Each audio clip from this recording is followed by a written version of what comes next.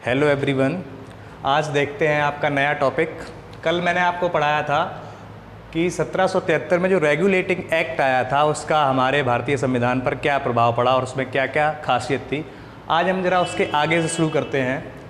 तो 1773 के रेगुलेटिंग अधिनियम के बाद एक नया अधिनियम आया 1781 में, जिसको कहा गया एक्ट ऑफ सेटलमेंट। मतलब एक्ट ऑफ सेटलमेंट का मतलब क्या था कि रेगुलेटिंग एक्ट में जो कुछ कमियां रह गई थी उनको दूर करने के लिए 1781 में एक नया अधिनियम पेश किया गया, जिसको एक्ट ऑफ सेटलमेंट कहा गया। ठीक है, इसके बाद जो महत्वपूर्ण अधिनियम आया वो है 1784 का पिट्स इंडिया एक्ट। ये आपको ध्यान रखना है, पिट्स इंडिया एक्ट। इसका नाम पिट्स इंडिया एक्ट क्यों पड़ा? क्योंकि तत्कालीन ब्रिटिश प्रधानमंत्री द्वारा, विलियम पिट द्वारा इसको संसद में पेश किया गया था, इसलिए इसका नाम पिट्स इंडिया एक्ट भी पड़ा।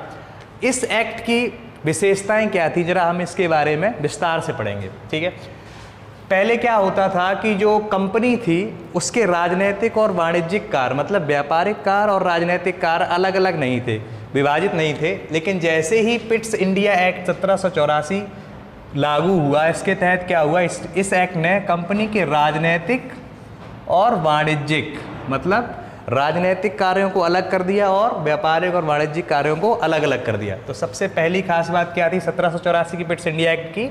1784 के पिट्स इंडिया एक्ट की खास बात ये थी कि इसने कंपनी के राजनीतिक और वाणिज्यिक, ध्यान रखेंगे, राजनीतिक और वाणिज्यिक कार्यों को अलग अलग कर दिया। ठीक है, दूसरा पॉइंट क्या था?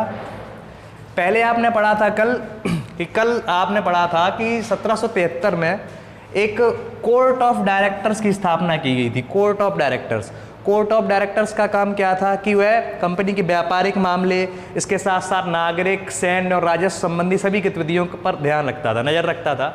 लेकिन अब क्या किया गया, 1784 की पिट्स इंडिया एक्ट के द्वारा निदेशक मंडल, जो कि कोर्ट ऑफ डायरेक्टर्स को निदेशक मंडल भी कहते हैं, कोर्ट ऑफ डायरेक्टर्स को कंपनी के व्यापारिक मामले, मतलब कंपनी का जितना भी व्यापार है, लेन देन है, ये सब मामले किसको दे दिए गए? निदेशक मंडल को या फिर कोर्ट ऑफ डायरेक्टर्स को। बाकी राजनीतिक मामले जो थे कंपनी के, राजनीतिक मामलों के लिए एक नया निकाय बनाया गया। उसका नाम क्या रखा गया? राजनीतिक मामलों के प्रबंधन के लिए नियंत्रण बोर्ड या फिर बोर्ड ऑफ कंट्रोल नामक नए निकाय का गठन किया गया। किसके लिए किया गया? राजनीतिक मामलों के प्रबंधन के लिए नियंत्रण बोर्ड या फिर बोर्ड ऑफ कंट्रोल नामक नए निकाय का गठन किया गया।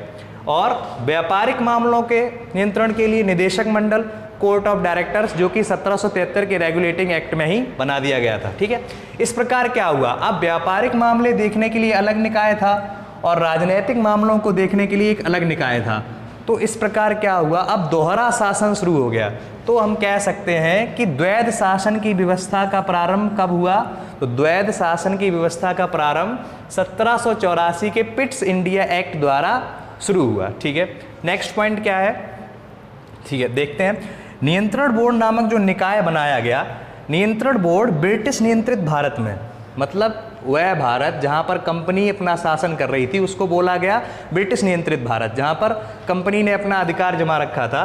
तो ब्रिटिश नियंत्रित भारत में सभी नागरिक संबंधी, सैन्य, सरकार व राजस्व संबंधी गतिविधियां, जितनी भी लेन देन की गतिविधियां हैं, सैन्य से संबंधित हैं, नागरिक गतिविधियां हैं, उनको निर्देशित, उनको डायरेक्शन भी दे सकते थे और उनको कंट्रोल करने की शक्ति किसके पास थी? अब नियंत्रण बोर्ड के पास थी। लेकिन 1773 के रेगुलेटिंग अधिनियम में आपने देखा था कि यह शक्ति किसके पास थी? निदेशक मंडल या कोर्ट ऑफ डायरेक्टर्स के पास। लेकिन 1784 का जो पिट्स इंडिया एक्ट आया उसमें नागरिक, सैन्य, सरकार और राजस्व संबंधी गतिविधियों को निर्देशित, नियंत्रित करने की शक्ति अब नियंत्रण बोर्ड को दे दी गई और कंपनी के व्यापारिक मामलों की शक्ति केवल निदेशक मंडल के पास रही। ऐसा क्यों किया गया? ऐसा इसलिए किया गया क्योंकि जो निदेशक मंडल के सदस्य थे उन पर पक्षपात करने का आरोप भी लगाया गया था, इस वजह से ऐसा किया गया। ठीक है, ये तो हुए कुछ विशेषताएं। अब इसके मुख्य बिंदु क्या है? 1784 का जो पिट्स इंडिया एक्ट है ये किन कारणों से महत्वपूर्ण है, क्यों महत्वपूर्ण कहा गया? देखिए, सबसे पहले क्या है, भारत में कंपनी के अधीन क्षेत्र, जितना भी क्षेत्र कंपनी के अंतर्गत आता था भारत में, उसको पहली बार ब्रिटिश आधिपत्य का क्षेत्र कहा गया।